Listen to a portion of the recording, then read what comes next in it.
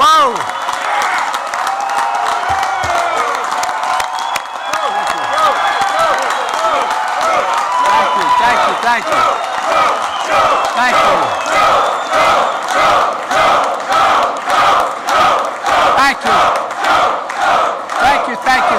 Thank you. You better stop, I'll start believing it. Please have a seat if you have one. It's good to be home.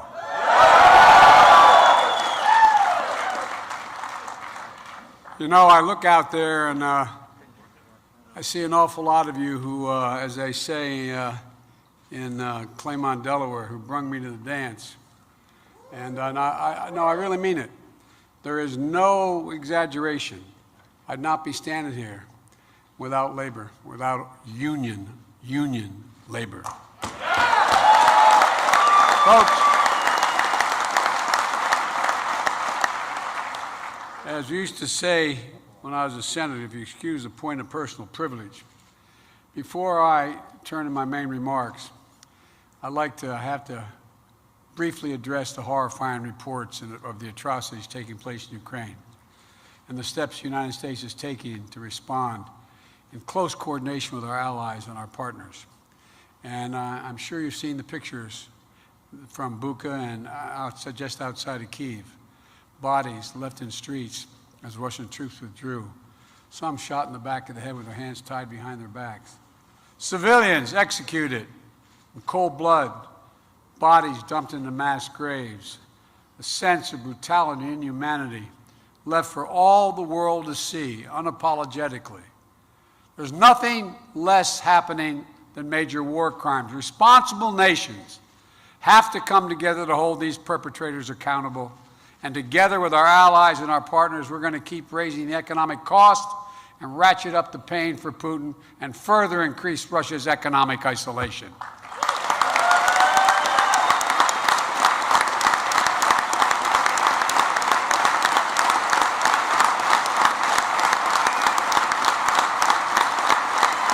Folks,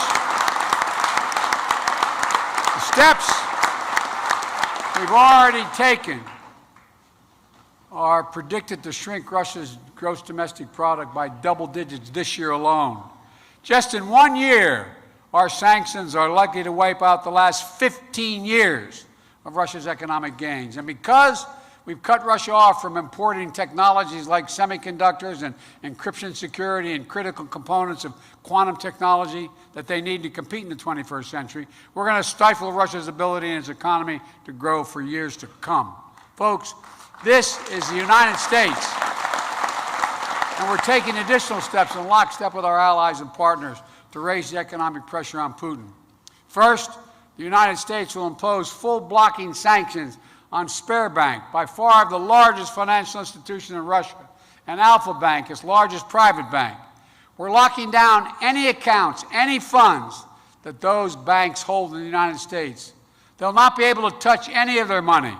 They'll not be able to do any business here. And second, I'm going to sign an executive order that's going to ban any new U.S. investment in Russia. More than 600 private sector companies.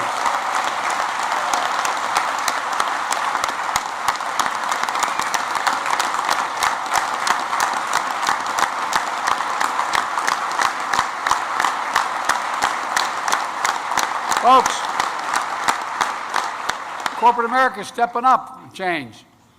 From McDonald's to Exxon, they've left the Russian market on their own accord, 600 of them. Think about that. The private businesses choosing to leave Russia rather than risk being associated with Putin's brutal war. And this ban on investment is going to make sure that new money can't come into Russia to replace what's left so that the Russian economy doesn't feel the loss and the loss of these businesses for the long term. Third, we're adding more critical state-owned enterprises to the list of fully blocked Russian companies. These companies are major revenue generators owned by Russian government, which Putin uses to fund himself and enable his war in Ukraine. They'll also be cut off from doing any business with the United States.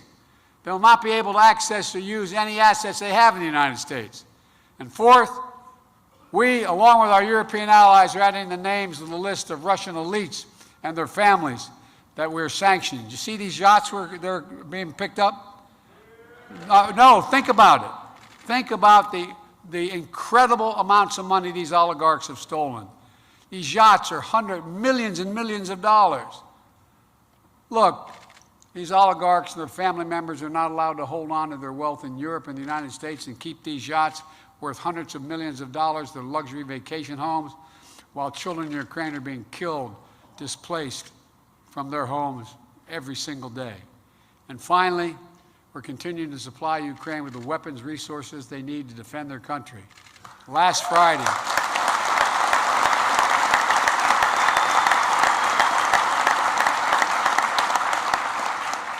Friday, we announced millions in funding to procure new equipment for Ukraine, advanced drones, laser-guided rocket systems. Yesterday, I signed another package to send more Javelin missiles, those shoulder-mounted missiles that can take out tanks and armored vehicles.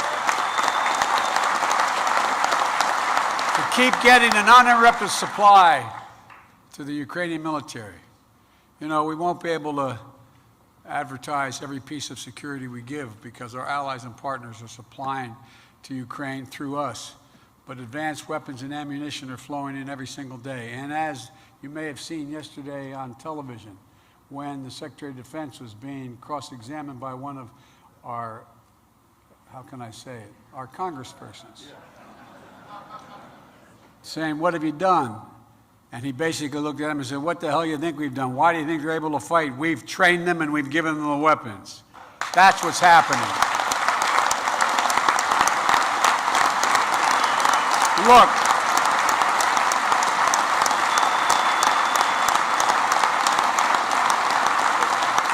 thanks to the bravery, the grit, and the fighting spirit of the Ukrainian people, Russia has already failed in its initial war aims. Russia wanted to take Ukraine's capital city, Kyiv, and topple its democracy and elected government. Today, Kyiv still stands, and that government still presides. This fight is far from over. Here's the point. This war can continue for a long time, but the United States will continue to stand with Ukraine and the Ukrainian people in the fight for freedom. And I just want you to know that. And by the way, if I got to go to war, I'm going with you guys. I tell you. I mean it. I want to talk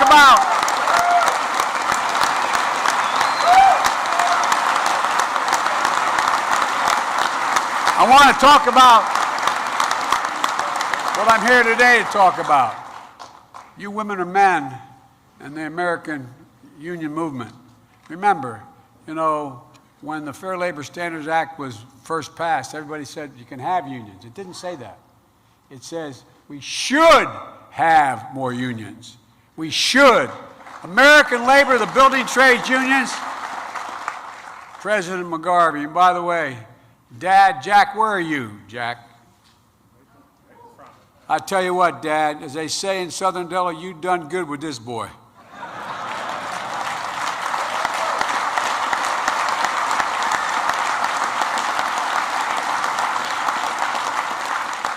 And you know, I just know Jack's a Philadelphia guy. You know why? I just asked Sean, I said, where? He said, well, he's down the shore. Now, if you're from Philadelphia or Jersey, you go to the shore. If you're from northern Delaware, you go to the shore. A little bit further south, you go to the beach. You go to the beach. You can always tell where someone's from. And Dad, I asked whether or not you, like my wife Jill is from Philly, still talks about Broad Street, the Broad Street run, you know, and you know what you see, and you know, Jeet, yet, you know, I had to learn to speak Philadelphian when I got married. But Dad, it's an honor to meet you from a distance here. Thank you. Thank you very much. Look.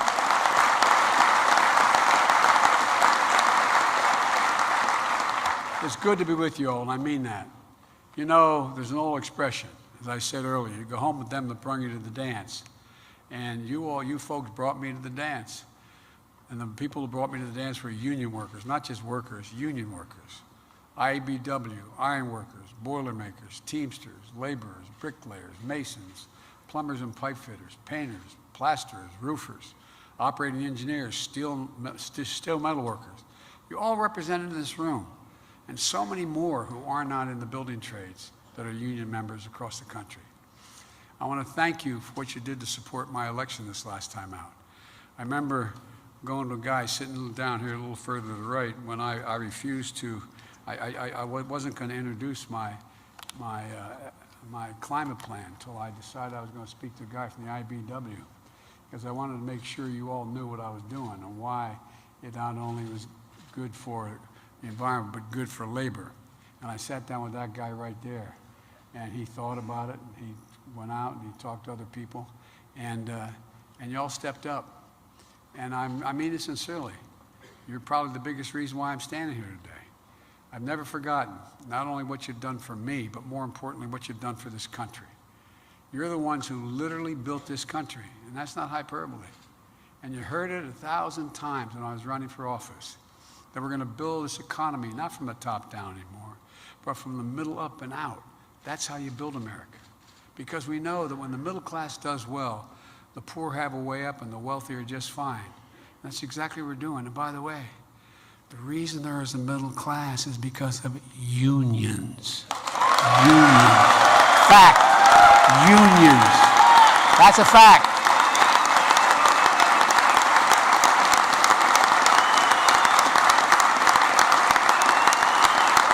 That's true. And look,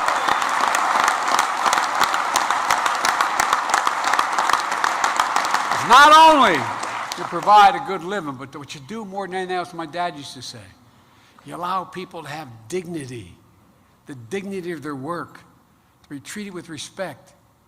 When it comes time to rebuild the economy, before I did anything, as I said, I talked to you. I laid out my plan for economic growth. I talked with a lot of the folks sitting behind me here and others in the union movement. And with your help, it was a darn good plan. And look at the results. Our economy created 431,000 jobs in March. 7.9 million since I became president. More jobs in 14 months than any president in the history of America has ever created because of you.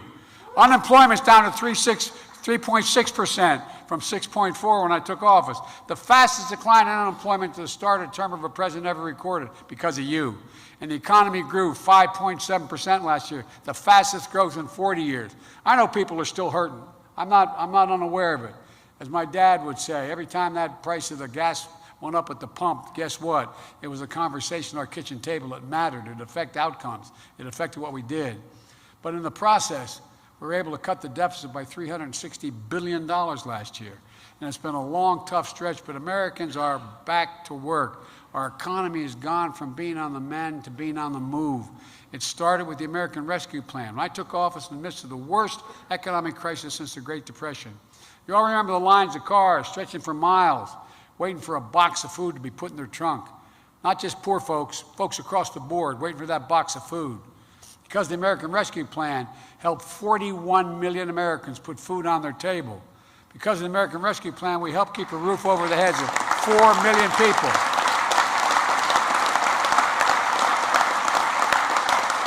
When you helped get that plan passed, 4 million people were on the verge of being evicted from their homes and apartments. That's a fact, not a joke. 4 million.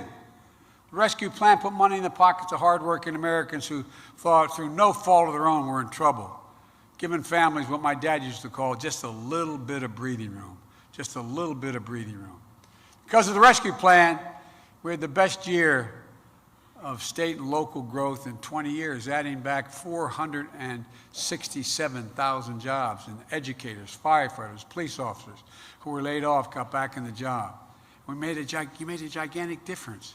In addition, because of the rescue plan, 320,000 construction jobs last year. 320,000.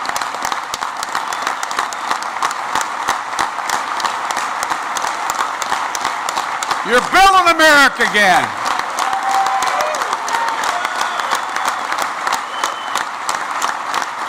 I meant what I said. We're the only nation in the world that's come out of every serious problem we've had stronger than when we went in. And there are now more construction jobs today than we had before the pandemic. The leading financial firm, Moody's, Wall Street, estimates that because of the rescue plan, 4 million more jobs were created and unemployment is 2% lower than it would have been had we failed to act. But look, that wasn't all we did to the rescue plan. We also included the law called the Butch-Lewis Act. You know what it is, most people don't. To ensure that we rebuild America, we upheld a promise to secure a dignified retirement for millions of workers and retirees all across America, protecting pensions. You all work so damn hard for, you sacrificed to secure. And it didn't stop there, because we can't compete for the jobs of the 21st century if you don't fix our infrastructure. That's why it was so important to pass the bipartisan infrastructure law. You know, and now, not only is it infrastructure week finally arrived, it's infrastructure decade. Infrastructure decade. No, for real. Already.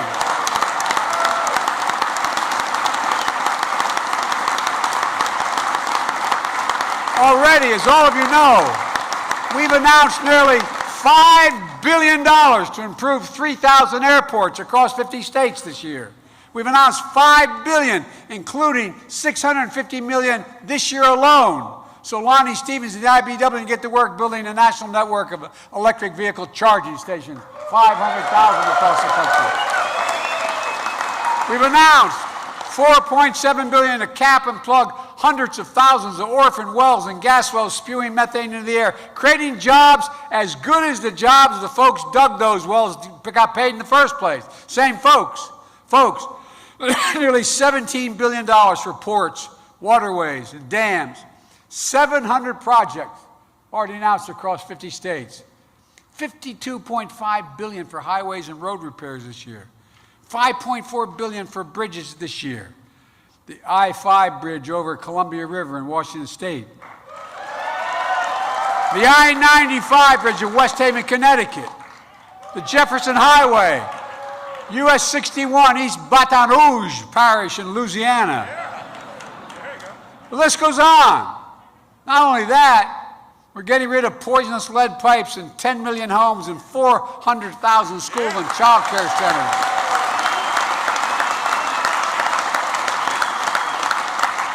So kids and families can have drinking water that doesn't poison them. Look, folks, this is America, the United States of America. We're investing $65 billion to deliver affordable high-speed internet everywhere in America, urban, rural, suburban, tribal communities. You can't be a country where a mother has to pull with her child up in her car to a McDonald's parking lot to connect to an internet so the kid can do their homework. I mean, think about that. It's the United States of America. Look, this law puts an end to that and creates thousands of jobs doing it, good-paying jobs. And look, what this means for all of you is jobs, good-paying union jobs, jobs you can raise a family on, jobs you can't be outsourced. This is about more than rebuilding our infrastructure. It's about rebuilding our middle class. I'm so sick and tired. I was raised by a dad, not a joke, who when things would go bad, I remember we weren't poor, but we lived in a 3-bedroom split little house with 4 kids and a grandpa living with us. And looking back on it, we thought it was great, but I wonder how my mom and dad thought about it. And I remember one night, true story. Remember on my headboard, the bunk bed I was in, we had 2 sets of bunks in our room. And one was up against the wall that divided between my mom's bedroom and ours. And I could tell my dad was restless. I could hear him. And I asked my mom the next morning, what was the matter? He said, he just found out we lost our insurance, honey. We lost our insurance. Well, guess what? You are the ones who keep millions of people from losing their insurance. Unions built the middle class. We have to rebuild the middle class. That's why we made sure that the infrastructure law included significant labor protections. For example, the overwhelming majority of the funds included in this law are subject to Davis-Bacon requirements.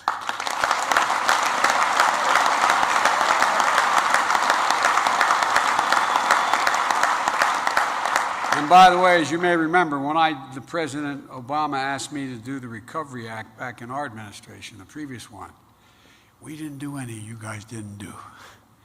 If they wanted the money, they had to show me that they were doing it and paying a prevailing wage. As you know, that means folks who are rebuilding the country are going to earn a prevailing wage now. And by the way, the Labor Department, led by a proud former president of the Labor's Union 223, Marty Walsh.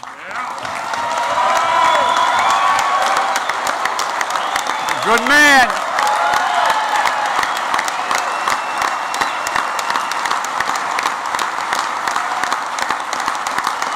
If I'm in a foxhole, I want Marty next to me.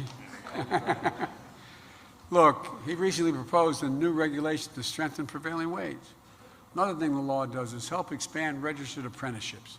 Wasn't it wonderful when business said, don't worry, we'll do the apprenticeships? Wasn't that a great, generous thing for them to do early on? Well, come on, man. Union partnerships that allow workers to earn while they learn, that matters. Because laying a strong foundation for the future of this country is about more than having strong roads and bridges, ports, and airports that can compete with any in the world. It's also about making sure that here in America, folks who work hard and live their lives, they have an opportunity to live it with dignity and respect. That's what unions are about, in my view, about providing dignity and respect for people who bust their neck. That's why I created the White House Task Force on Worker Organization and Empowerment, to make sure the choice to join a union belongs to workers alone. And by the way,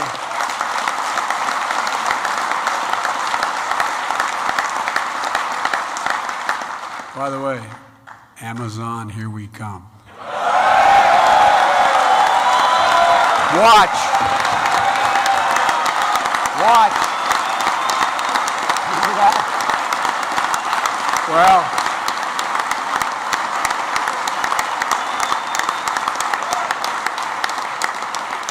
it's why I've called on Congress to finally pass the PRO Act and send it to my desk.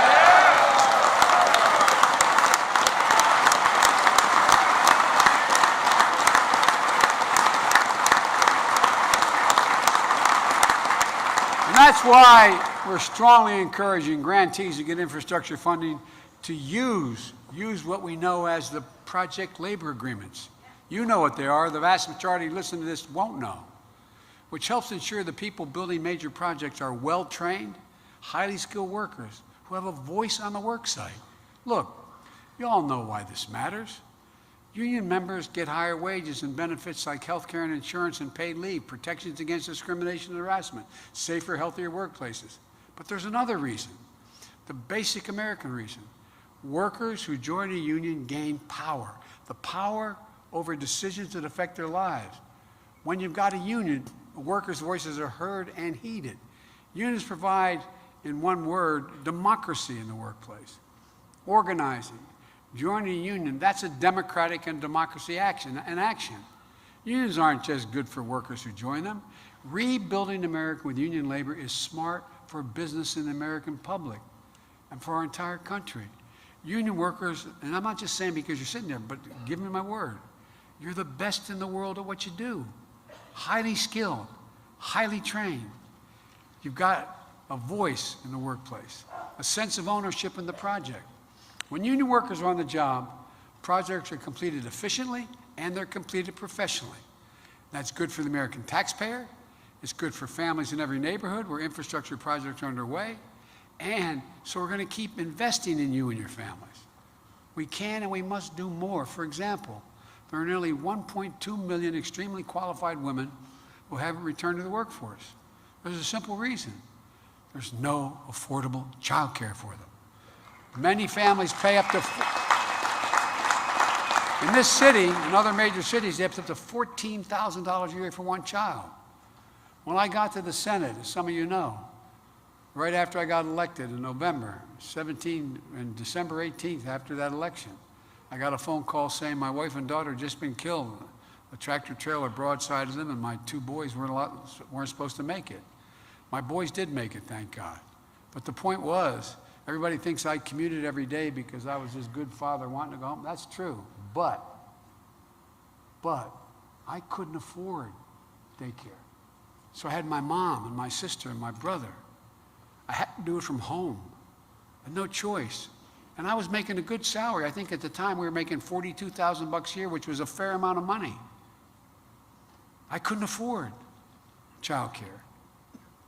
And these women can't afford it either. If you cap child care, as I proposed, at 7% of a family's income making less than 125 grand a year, it could cut in half the cost of child care, saving thousands of dollars and freeing so many people to be able to go back to work, particularly these women who are totally qualified but have no alternative but to stay home. Or take prescription drugs like insulin. Many of you know people who have type 1 diabetes, another reason for insulin. You know how much it costs to make that vial of insulin? $10, T-E-N, $10. But you see families paying, on average, over $641 a month for that insurance, up to $1,000 a month. Think about those 200,000 kids out there, maybe some of your children, who have type 1 diabetes. 200,000. Think about what it does to a parent who looks at their child, doesn't have insurance, doesn't have the cash, and wonders, my God, what am I going to do? Have no idea how we're going to pay for what we need so desperately. It not only puts the child's life in jeopardy, it strips you of your dignity. How can you look at your child knowing they need this, but there's no way? You don't qualify for it because you're making some money, but you don't have enough money to pay for that monthly bill. It's easy. We can cap insulin at $35 a month. They'll still make 350% profit. Look, there's so much more we can do. If we let Medicaid be able to do what they do, those of you who are veterans, they negotiate, Veterans Administration negotiates with Medicare for the price they charge. It's a big deal. They still make a lot of money. But what's going on now, we can do it all without adding to inflation. We don't have to believe me about that. 17 Nobel laureates in economics within the last 6 months wrote to me independently and said, guess what? If you do what you're talking about, it will not only not increase inflation, it will reduce the impact of inflation.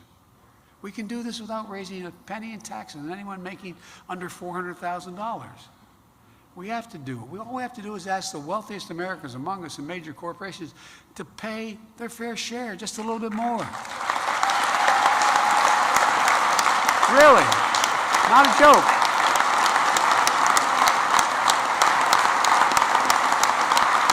Not a joke.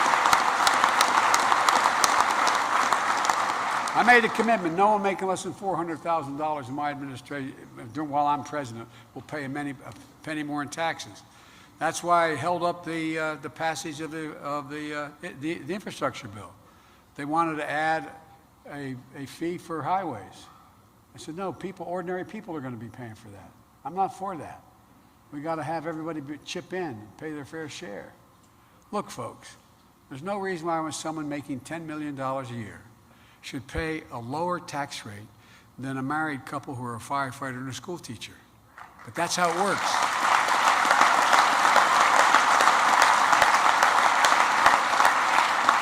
I mean, for real, there's no reason why in 2020, the 55 of the companies, Fortune 500 companies, paid zero in federal income tax, and they made $40 billion.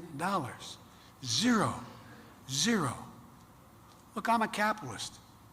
If you can go out and make $1 million or $1 billion, go at it. But for God's sake, chip in and pay your fair share.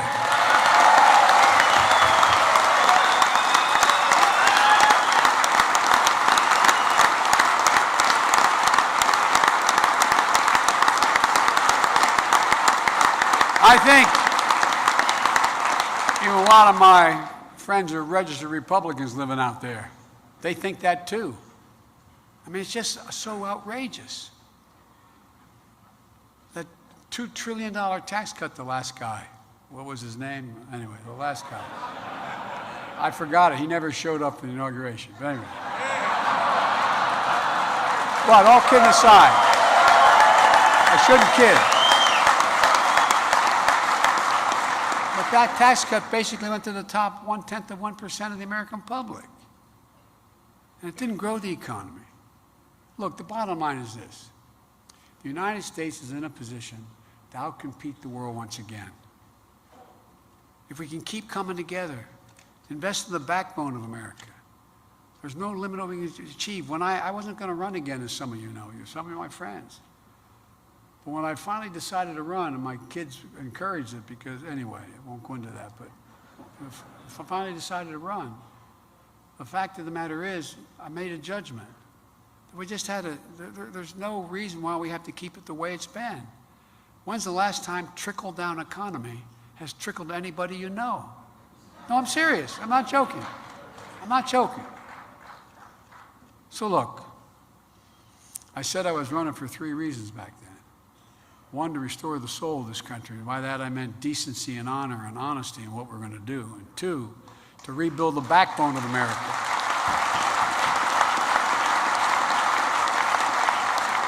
To rebuild the backbone of America, which is the middle class and working people.